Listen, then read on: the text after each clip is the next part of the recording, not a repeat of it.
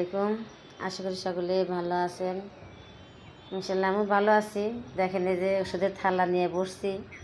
এতগুলো ওষুধ খেতে হয়, প্রত্যেক মাসে মাসে খেতে হয়। তো আমার মতো কে কে ওষুধ খান অবশ্যই কিন্তু কমেন্টে জানাবেন। এখন এই ক্যালসিয়ামটা নিয়ে আসলাম, তো অনেক সমস্যা হচ্ছে সেজন্য আর কি।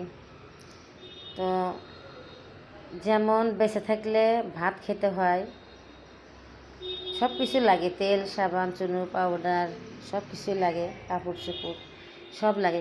মৃত্যু হয়ে গেলে আর কিছুর প্রয়োজন পড়ে না। তেমনি ওষুধও নিত্যদিনের সঙ্গী। যতদিন বেঁচে থাকবেন, যতদিন বেঁচে আছি ততদিন ওষুধ খেতেই হবে। মৃত্যু হয়ে গেলে পরে ওষুধের আর কোনো প্রয়োজন থাকবে না, সেদিন থেকে ওষুধ আর লাগবে না।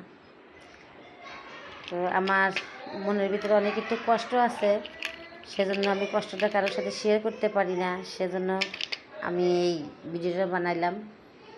তো আমার জন্য দোয়া করবেন, আল্লাহ তাআলা যেন অসুখ ভালো করে দেন। এটা কিন্তু ডায়াবেটিসের ওষুধ, এগুলো সব ডায়াবেটিসের ওষুধ।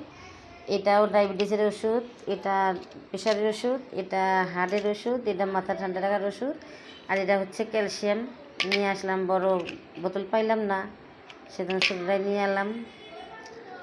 তো আমি সবার জন্য দোয়া করি, আল্লাহ তাআলা জানি কাউকে ওষুধ না খাওয়ায়, হাত পা ভালো থাকতে জানি আল্লাহ তাআলা নিয়ে যান।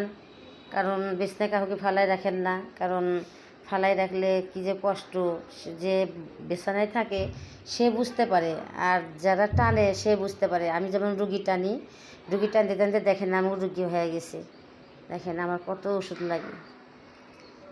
সবাই ভালো থাকবেন, সুস্থ থাকবেন। আসসালামু আলাইকুম।